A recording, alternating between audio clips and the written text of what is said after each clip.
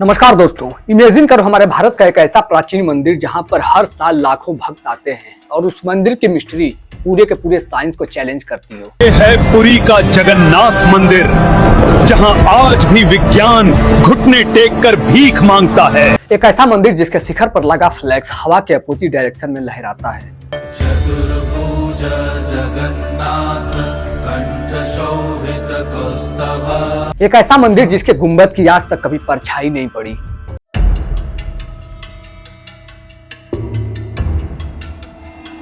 एक ऐसा टेंपल जिसके ऊपर से ना तो कभी प्लेन्स गुजरता है और ना ही कभी कोई पक्षी।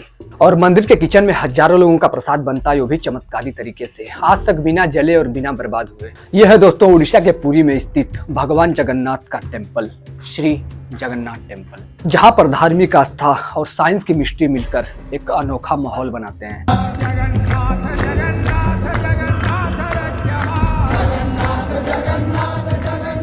आइए समझने की कोशिश करते हैं इस जगन्नाथ टेंपल के डिवाइन मिस्ट्री को, साथ ही समझते हैं इसके पीछे के साइंस एक्सप्लेनेशंस को भी डिटेल्स में आज के इस वीडियो में।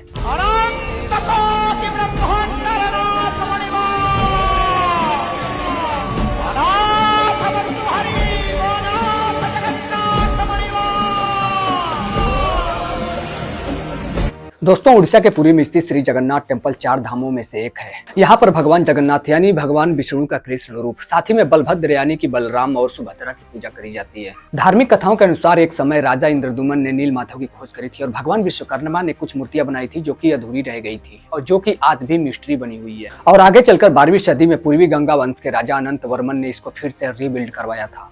हर साल दोस्तों यहाँ पर रथ यात्रा होती है। तीनों मूर्तियां यहाँ पर रथों पर निकलती है, जिसमें कि भगवान जगन्नाथ, बलभद्र और देवी सुभद्रा की मूर्तियां निकलती हैं और लाखों भक्त इकट्ठा होते हैं और तीनों रथों को लाखों भक्त खींचते हैं और वहाँ पर एक जश्न मनाया जाता है, एक त्योहार के रूप में। लेकिन यहाँ पर मंदिर की जो मिस्ट्री है दोस्तों, इसे और भी ज्यादा खास बनाते हैं। अब एक एक करके समझते हैं दोस्तों इस मंदिर के मिस्ट्रीज को और इसके पीछे के साइंस एक्सप्लेनेशंस को।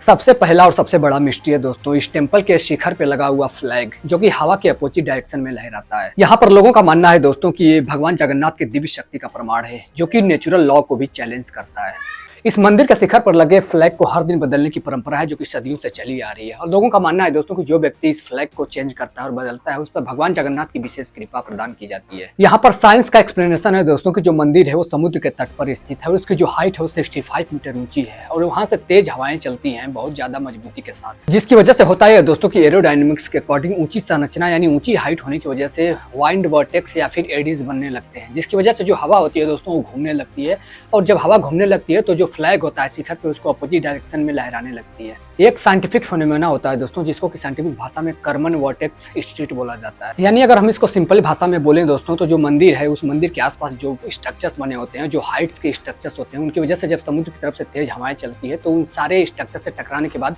जो हवा होती है उसका डायरेक्शन चेंज होता है, जिसकी वजह से अकॉर्डिंग टू साइंस ये जो फ्लैग होता है अपोजिट डायरेक्शन में लहराता है विंड के।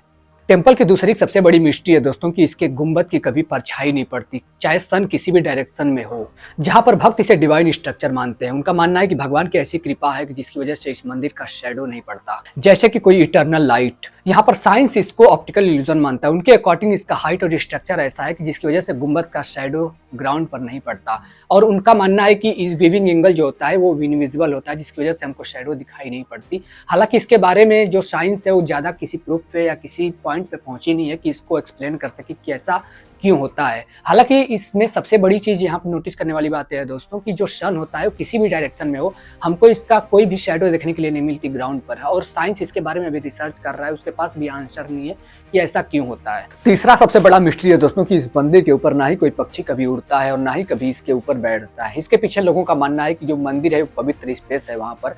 और दूसरा सबसे बड़ा रीजन लोगों का मानना है और लोगों के अंदर आस्था है कि भगवान की एनर्जी इन पक्षियों को अपने से दूर रखती है। हालांकि इसको लेकर साइंस का मानना है कि जो मंदिर है इसके ऊपर पर सुदर्शन चक्र लगा हुआ है, साथ ही में जो फ्लैग लगा होता है, इन दोनों की वजह से वहाँ पर अल्ट्रासोनिक वेव्स निकलती है और साथ ही में कुछ ऐसे साउंड्स निकलते हैं इनके कॉम्बिनेशन की वजह से कि जो पक्षी होते हैं यहाँ पे बैठने से, इनके ऊपर उड़ने से अवॉइड करते हैं। यानी कि दोस्तों उस टेम्पल का जो आर्किटेक्चरल डिजाइन है उसकी वजह से जब हवाएं चलती हैं तो वहाँ से ऐसे साउंड वेव्स निकलते हैं जो कि पक्षियों को डिस्टर्ब करते हैं, जिसकी वजह से पक्षी उसके आसपास मंडराते भी नहीं। इस टेम्पल की चौथी मिस्ट्री है दोस्तों कि इस टेम्पल के रसोइये में जब भी कोई खाना बनाया जाता है तो एक बर्तन के ऊपर दूसरा बर्तन, दूसरे बर्तन के ऊपर तीसरा बर्तन, ऐसे 7 बर्तन रखे जाते हैं।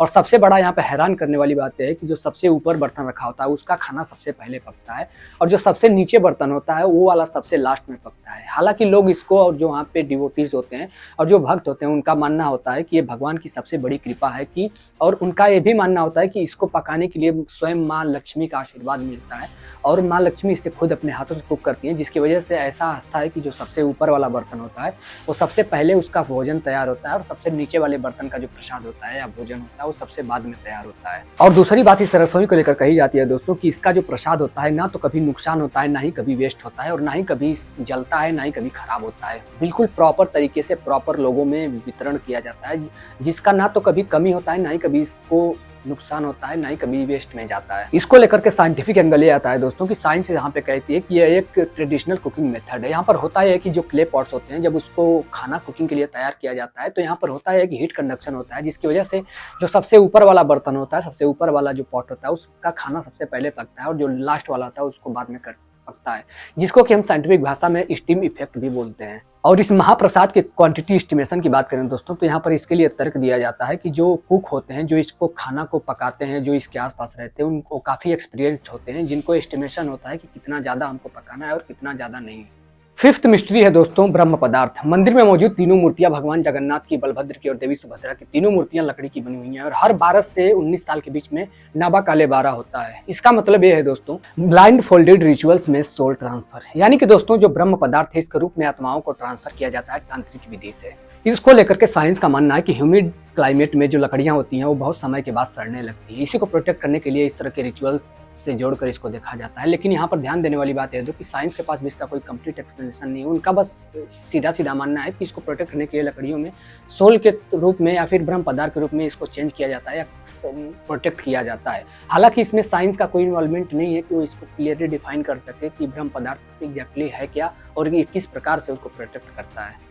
इस टेम्पल को लेकर के छठा मिस्ट्री है दोस्तों कि मंदिर के अंदर समुद्र की आवाज और लहरों की आवाज सुनाई बिल्कुल भी नहीं देती। हालांकि इसको लोग डिवाइन साइलेंस से जोड़कर देखते हैं और लोग मानते हैं कि ये भगवान की शांति है, जो कि गर्भगृह में जाते ही हमको बिल्कुल समुद्र की और लहरों की आवाज कोई भी सुनाई नहीं देती, लेकिन बाहर वही आवाज बहुत तेजी से सुनाई देती है क्योंकि ये मंदिर समुद्र के तट पर स्थित है। इसलिए इस मिस्ट्री को लेकर साइंस एक्सप्लेनेशन है कि जो मंदिर है, जो टेम्पल है, इसकी दीवारें बहुत मोटी मोटी हैं और इसको पूरी तरह से जो इसका आर्किटेक्चर है उसको साउंड आइसोलेशन की तरह बनाया गया है, ताकि इसका साउंड बिल्कुल अंदर की तरफ नहीं जाता बल्कि अंदर जाने के बाद साउंड प्रूफ हो जाता है और बाहर की तरफ से वही हमको समुद्र की आवाज़ें और समुद्र की लहरों की आवाज़ पूरी तरह से सुनाई देती है और अंदर घुसने के बाद और मंदिर के अंदर इंटर करते ही ये सारी आवाज़ गायब हो जाती है क्योंकि इसका आर्किटेक्चर ऐसा है कि ये बिल्कुल साउंड प्रूफ हो जाता है। अगली मिस्ट्री है दोस्तों इस टेम्पल की, वो है इसके शिखर पे लगा हुआ सुदर्शन चक्र। माना जाता है और मान्यता है लोगों में कि जब भी सुदर्शन चक्र को देखा जाता है, चाहे आप ईस्ट से देखो, वेस्ट से, नॉर्थ से या साउथ से या किसी भी एंगल से, जब इसको कोई भी व्यक्ति देखता है तो उसका जो सुदर्शन चक्र है, सुदर्शन चक्र का फेस उसी की तरफ दिखाई देता है। हालांकि एक बहुत बड़ी मिस्ट्री है और इसको उस चीज़ से कंपेयर किया जाता है कि जब भी हम कोई फोटो या कोई पेंटिंग या कोई बड़ी पेंटिंग ऐसा देखते हैं वॉल पे, तो उसका जो फेस होता है, उसका आई कांटेक्ट हमको जिस एंगल से देखते हैं उसी एंगल से दिखाई देता है। हालांकि इससे उसको रिलेट किया जाता है, लेकिन इसका कोई डिटेल एक्सप्लेनेशन नहीं है कि ऐसा क्यों होता है।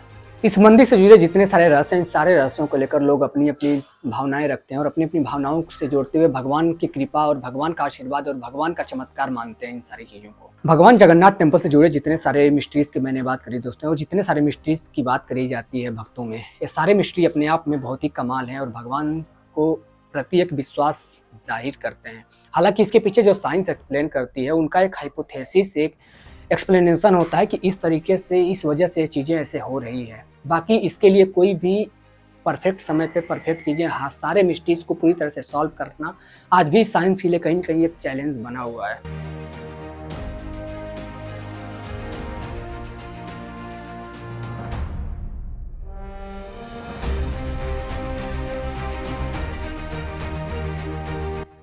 आपकी क्या राय भगवान जगन्नाथ के टेम्पल को लेकर के और इसके मिस्ट्रीज को लेकर के? अपनी राय कमेंट बॉक्स में जरूर देना। उम्मीद करता हूं दोस्तों वीडियो आपको इन्फॉर्मेटिव लगा होगा। वीडियो अगर आपको इन्फॉर्मेटिव लगा तो प्लीज़ चैनल को सब्सक्राइब जरूर से कर लेना। ऐसी सारे फ्यूचर में वीडियोस देखने के लिए मिलते हैं किसी और वीडियो में एक नई टॉपिक के साथ।